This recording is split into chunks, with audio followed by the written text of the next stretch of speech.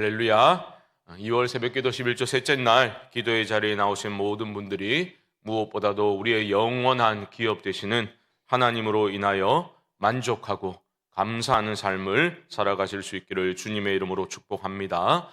좀 기억을 더듬어 보시면 좋겠는데요. 우리가 목요일에는 재판장들에 대해서 살펴보았고요. 어제는 왕에 대해서 살펴보았습니다. 오늘은 레위인 제사장들에 대한 규례에 대한 그런 말씀이 이어지고 있습니다. 물론 레위 제사장들의 모든 권한과 의무들을 오늘 본문에서 상세히 기술하고 있지는 않습니다. 그것은 다른 책에서 발견되는데요. 오늘 본문에서는 레위인들이, 특별히 레위 제사장들이 생활을 안전하게 영위할 수 있도록 하기 위한 기본적인 사회 제도에 대한 규정을 우리에게 설명하고 있습니다. 일단 제사장은 누구입니까? 구약시대 제사장은 이스라엘과 하나님 사이를 다리 놓는 사람들이었습니다. 모든 레위인들이 제사장이 된 것은 아니지만 모든 제사장들은 레위인이었습니다. 그리고 레위 지파는 다른 지파와는 달리 땅을 기업으로 얻지 못했습니다. 그래서 레위 제사장들의 생계는 나머지 지파 사람들이 책임을 져 주어야 했습니다. 정확히 말하면 하나님이 책임져 주시는 겁니다. 그것이 2절 말씀인데요. 2절을 다시 보시면 그들이 그들의 형제 중에서 기업을 가지지 않을 것은 여호와께서 그들의 기업이 되심이니 그들에게 말씀하심 같으니라. 레위인들은 기업을 얻지 못했지요. 하지만 하나님은 그들을 향해서 내가 너희의 기업이 되어주마 약속하셨습니다. 그 약속하신 말씀, 그 하나님을 신뢰하고 제사장들은, 레위인들은 의지하고 살아가야 했던 겁니다. 그럼 하나님이 책임져 주시면 되겠네. 왜 우리한테 부담을 주나? 라고 생각해서는 안 되었습니다. 왜냐하면 하나님께서 책임져 주시는 그 방식이 나머지 지파 사람들이 제사장들을 위해 그들의 가진 소유 중 일부를 구별하여 드림으로써 필요를 채워주는 방식이었기 때문입니다. 오늘 본문 3절로 5절 말씀은 그럼 제사장들이 백성들에게 받을 몫이 어떤 것인지를 기술하고 있는데요. 간략한 목록이 나오고 있습니다. 그리고 5절에서는 왜 그렇게 해야 하는지를 말하는데요. 5절 말씀을 보십시오. 이는 내 하나님 여호와께서 내 모든 지파 중에서 그를 택하여 내시고 그와 그의 자손에게 항상 여호와의 이름으로 서서 섬기게 하셨음이라. 하나님이 그들을 구별하여 세우셨다 말씀합니다. 제사장들을 항상 여호와의 이름으로 서서 섬기는 삶으로 부르심을 받은 것입니다. 그러므로 제사장들은 성소에서 그들이 먼저 하나님의 임재를 깊이 경험하고 하나님과의 깊은 교제를 나누어야 했습니다. 여호와를 경외하는 신앙이 무엇인지를 그들이 먼저 알고 체험해야 했던 겁니다. 그들은 하나님을 그 안에 담아서 세상의 것들에 집착하지 않는 하나님으로 배부른 그러한 모습으로 헌신의 삶을 살아야 했고 섬기는 삶을 살아야 했습니다.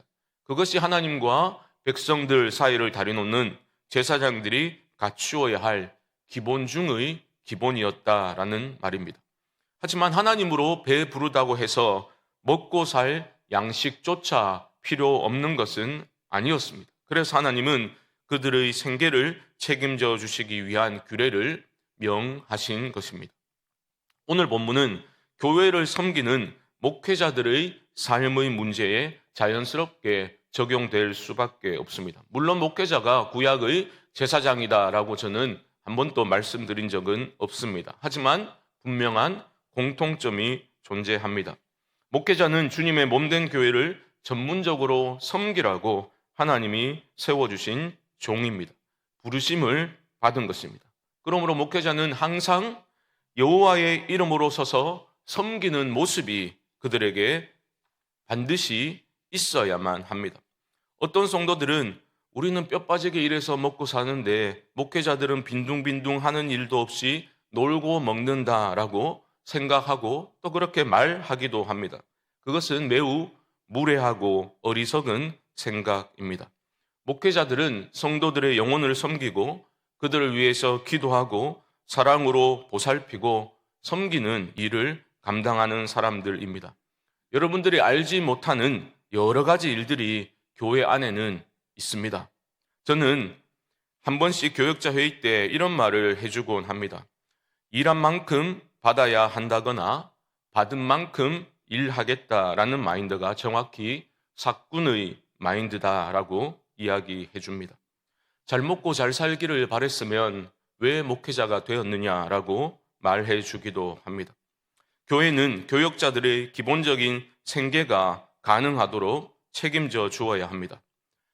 교회는 교역자들을 대함에 있어 아깝다는 마음과 인색하게 굴 것이 아니라 사랑하는 마음으로, 감사하는 마음으로 그리할 수 있어야 할 것입니다.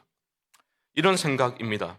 교역자들은 물질에 얽매이지 않고 초연하게 하나님만 바라보고 의지하는 그런 신실한 사역자들이 되어야만 하겠습니다. 또 그 신실한 사역자들을 아끼는 마음으로 그들의 삶의 필요를 채워주는 성도님들의 아름다운 동력이 있는 교회가 건강한 교회일 것입니다. 오늘 주신 이 말씀을 우리 교역자들과 우리 성도님들 모두가 온유한 마음으로 잘 받으시고 그 말씀에 순종하심으로 하나님의 은혜가 있는 우리 교회가 되기를 주님의 이름으로 축복합니다. 제사장들의 생계 문제에 대한 말씀에 이어서 가나안의 주술적 행위들을 결코 따라서는 안 된다라는 강력한 금령이 이어져 나오고 있습니다. 9절 말씀을 보십시오. 내 하나님 여호와께서 내게 주시는 땅에 들어가거든 너는 그 민족들의 가증한 행위를 본받지 말 것이니 라고 말합니다. 그 가증한 행위가 무엇이냐라는 것은 이어지는 8종류의 직업적 신비술사들을 통해서 가증한 행위가 무엇인지 우리는 짐작할 수 있습니다. 어떤 직업들이 나옵니까? 점쟁이가 나오고 길흉을 말하는 자, 또 신접자, 박수 이런 사람들이 언급되고 있습니다. 이들이 정확히 어떤 사람들인지 정체와 역할은 좀 모호한 부분이 있지만 분명한 것은 이 모든 신비술사들은 어떤 신으로부터 직통계시를 받는다. 또한 마술과 그 거짓 신들의 신탁을 사람들에게 전달하는 그러한 역할을 했다라는 공통점이 있습니다. 그리고 이 모든 일들을 하나님이 가증히 여기신다라고 분명히 금하고 있는 겁니다. 여러분, 왜 하나님이 이런 주술적인 행위들을 가증히 여기실까요? 생각해 보시면 단순합니다. 왜냐하면 이런 모든 주술적인 행위들은 결국은 신을 조종해서 자신이 욕망하는 것을 얻어내려는 탐욕적인 행위이기 때문입니다. 주술적인 행위로 보통 하는 게 뭡니까? 미래를 알아맞추려고 하는 거잖아요. 미래를 알아맞추려고 합니다. 미래를 예측하고 또 어떤 식으로 해서 운명을 조작하려고 하는 시도는 우주 만물을 다스리시고 인간의 생사화복을 주관하시는 하나님에 대한 중대한 도전이기 때문에 하나님이 가증히 여기시고 결코 용납지 아니하시는 겁니다. 언약 백성들은 이미 그들과 언약을 맺으신 하나님의 선하신 손안에 들여진 인생들이기 때문에 그런 식으로 주술적인 행위를 통해서 길흉을 알아맞추려는 시도를 해서는 안 된다라는 겁니다. 대신 언약 백성들은, 우리로 말하면 성도들은 어떤 삶의 자세를 취해야 합니까? 13절 말씀입니다. 13절 너는 내 하나님 여호와 앞에서 완전하라. 이것이 성도의 삶의 자세가 되어야 합니다. 왜 시덥지 않게 타인의 미래의 운명을 알아맞추려고 노력을 합니까? 다른 사람의 불행을 알아맞추면 뭐가 좋습니까? 잘 기억하십시오. 깨어진 세상 살아갈 때 미래를 알 수 없게 하신 것이 하나님의 은혜입니다. 왜냐하면 알 수 없기 때문에 날마다 하나님을 의지하고 그 하나님 앞에서 살아가고자 몸부림칠 수밖에 없기 때문입니다. 그런 몸부림 안에서 하나님의 온전하심을 닮아서 나 또한 결국은 온전해지리라 소망 가운데 성도들은 살아가면 되는 것입니다. 하나님과 동행하는 불확실한 미래가 점쟁이와 같은 주술가들이나 무당처럼 구는 교회 안의 신비주의자들이 약속한 확실한 미래보다 더 신뢰할 만한 것임을 확신하며 살아가는 사람들이 건강한 성도들입니다. 진정한 믿음은 바로 그런 것입니다. 하나님은 참으로 자유하신 분이시죠.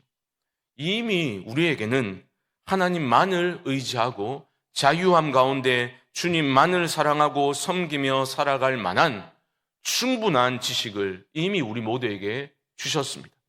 엉뚱한 것들에 여러분 속지 마십시오. 불확실한 미래여 내게 오라. 내 삶은 전능하시고 날 사랑하시는 하나님의 손안에 있다. 담대함으로 이 하루를 맞이하실 수 있기를 바랍니다. 좀 더 확장해서 생각해 보십시오. 교역자들, 목회자들만의 이야기이겠습니까? 오늘의 이야기는 모든 성도의 진정한 기업은 여호와 하나님이심을 다시 한번 우리에게 말씀하고 있습니다. 여러분, 그 하나님을 의지하십시오. 하나님으로 만족하십시오. 그 하나님의 은혜로만 하루하루씩 살아가는 믿음의 사람들 되시기를 주님의 이름으로 간절히 축원드립니다. 기도하겠습니다. 하나님, 우리의 삶이 하나님의 손안에 있습니다.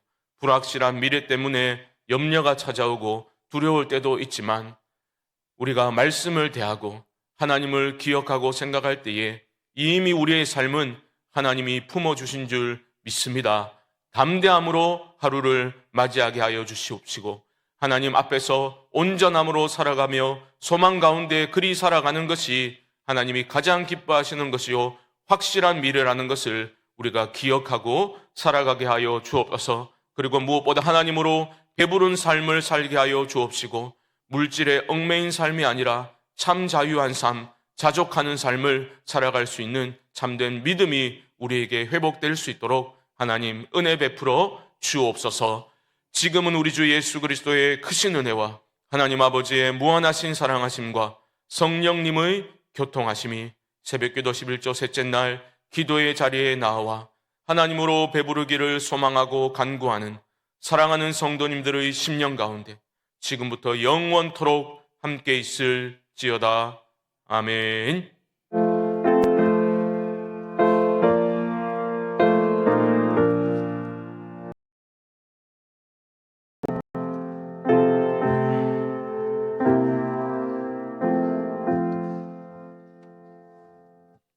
우리 말씀을 기억하며 합심으로 기도했으면 좋겠습니다. 성광에 속한 모든 교역자들이 하나님만 바라보고 세상의 것들에 집착하지 않게 하여 주시옵시고 성도들은 교역자들의 필요를 기쁨과 감사함으로 채우는 아름다운 동력이 있는 우리 성광교회가 되게 하여 주시옵소서. 또한 미래를 통제하려는 헛되고 악한 생각을 내려놓고 날마다 하나님의 은혜만을 의지해서 하루씩 믿음으로 살아가는 그런 복된 성도들의 삶이 열릴 수 있도록 하나님 도와주시고 미래를 알 수 없기에 날마다 하나님만을 붙들고 의지하는 삶을 살게 하여 주시옵소서.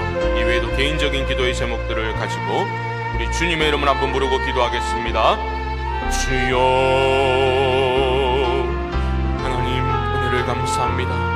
이 하루를 선물로 허락하여 주셨습니다. 이 하루 하나님과 동행하는 삶이 되기를 원합니다. 불확실한 미래 하나님과 동행하면 충분하다는 생각으로 담대한 믿음으로 이 하루를 맞이하게 하여 주시옵소서. 우리가 예측한 대로 삶이 흘러가지 않습니다. 하지만 우리가 확신하는 것은 우리의 삶은 하나님의 손안에 있다는 것입니다.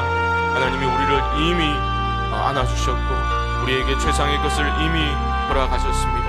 우리는 그 하나님을 기억하고 그 하나님 앞에서 온전하게 살아가는 그러한 소망 가지고 이 하루도 살게 하여 주시옵소서. 하나님 아버지, 하나님의 은혜로만 살아감을 날마다 입을 열어 고백하게 하여 주시옵시고 은혜만을 의지하는 믿음의 삶을 살게 하여 주시옵소서. 하나님 아버지, 세상의 것들에 얽매이지 아니하게 하여 주시옵시고 하나님 우리의 삶의 필요를 채우시는 분은 하나님이심을 늘 기억하고 내가 너희들의 기업이 되어주마 말씀하신 하나님의 음성을 날마다 듣게 하여 주시옵소서. 교역자들뿐만 아니라 모든 성도들의 영원한 기업은 우리 하나님 한 분뿐이심을 아버지 우리가 잊지 않게 하여 주시옵소서.